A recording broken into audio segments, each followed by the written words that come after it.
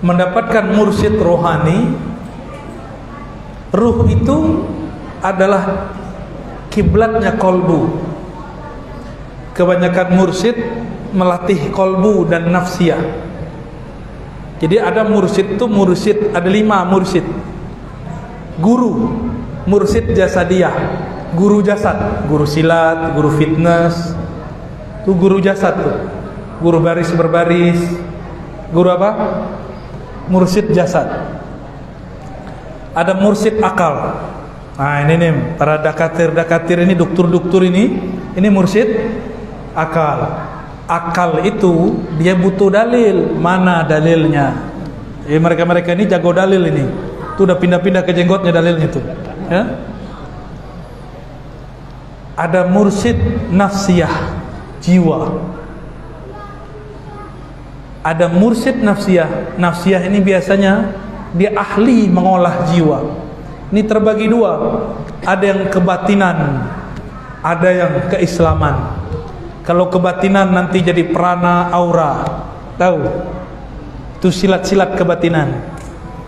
Baca prana orang ya. Gak usah tembak-tembak lah orang lagi dengan prana kita, terpana ya. Terus ada versi keislaman.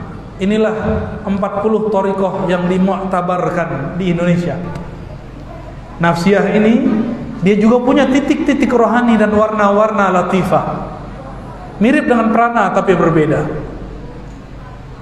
Ya. Tapi itu baru sampai di nafsiyah, jiwa. Maka kalau ada orang zikir pakai nafsiyahnya, belum tentu nafsiyahnya tunduk. Maka jangan heran kalau ngeliat mursyid suka marah-marah. Ya. Jangan heran ngeliat orang-orang tarekat ngamuk-ngamuk di jalan. Itu karena apa? Karena nafsiyah dia belum terlatih. Pernah ketemu nggak dokter, psikolog, dokter di kampus, dokter akidah, dokter filsafat, tapi galau? Pernah ketemu nggak? Stres, pernah ketemu nggak? Dia dokter akal, memahami apa aja pakai akal, dia stres lah. Corona nggak bisa dipahami dengan akal, ya, harus pakai kolbu, biar hilang bebannya. Kalau pakai akal panik, ya, panik nggak? Panik. Ada mursyid qalbiyah. Ini mursyid tadi dia sudah berhasil mengalahkan jiwanya dengan puasa, dengan zikir, dengan suluk, dengan khalwat. Tidak semua orang suluk berhasil. Makanya mursyid-mursyid ini kalau hobinya talqin, yang ditalkinnya pejabat jadi bahan cerita. Saya habis talqin gubernur, saya habis talqin doktor, saya habis talqin. Emang itu apa ngomong gitu? Saya baru mentalkin 1000 orang. Itu bentuk narsis gaya jadul. Kalau kayak anak-anak muda ini foto sama ustadz pasang di, ya sama begitu. Siapa yang ngomong? Bukan saya. Ibrahim Al-Matbuli punya murid namanya Abdul Wahab Asy'arani. Beliau tulis begitu. Ciri-ciri mursyid yang belum selesai nafsiyahnya, masih riya.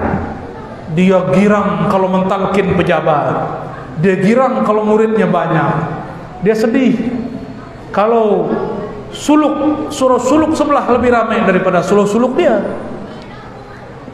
Kalau kampus akliyah nafsiyah, kampusnya sepi pendaftar, dia sedih juga, stres juga ya.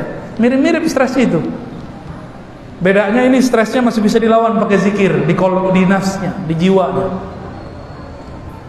Disebut kolbu, disebut ruh, disebut sir, khafi, akhfa. Itu semuanya nama-nama nafsiyahnya, bukan kolbunya ruhani, tapi baru kolbunya nafsiyah. Maka kadang-kadang orang dengan zikir-zikir 7 lataif ini suka ngintip-ngintip kolbu guru. Ya, janganlah intip-intip ya. Kalau itu cahayanya lebih terang dari cahaya antum, sama seperti melihat matahari, silau buta matanya. Kalau kita ini berniat jadi murid, jangan intip-intip lah mursyid. Ya, kecuali Allah kasih unjuk, Allah perlihatkan muka syafa, itu lain. Ini ciri-ciri mukasyafah dari Allah. Allah yang bukakan tanpa diminta.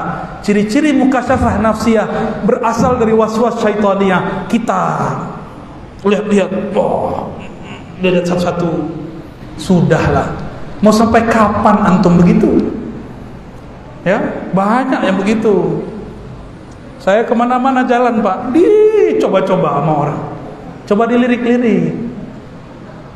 Sudahlah. Cukup husnuzon kepada orang, ya, husnuzon kepada orang.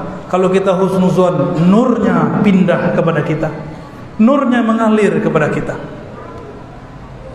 Oke, sama itu yang pakai prana-prana, aura-aura, sama itu. Tapi kalau mursyid qalbiyah, dia sudah sampai pada maqam ihsan yang nomor 2. Fa illam takun tarah fa innahu yarah. Jika engkau tidak merasa memandang Allah, maka yakinilah Allah sedang memandangmu, menatapmu. Itu orang sudah jadi wali Allah. Jadi siapa yang berhak jadi mursyid, minimal dia masuk ke alam qalbiyah. Jadi jangan buru-buru juga ngangkat khalifah, ya, ngangkat wakil talqin. Sampai dulu dia ke makom qalbiyahnya. Dia merasa dipandang oleh Allah, bukan merasa dipandang murid. Ini antum mandang saya, siapa yang gerakin? Allah. Maka saat itu Allah mandang saya. Namanya pandang wajhur rububiyah. Jika Allah langsung memandang tanpa lewat makhluknya, disebut wajhul uluhiyah, memandang dengan ahad zatnya. Oh, itu panjang lagi ceritanya itu, ya. Cukuplah.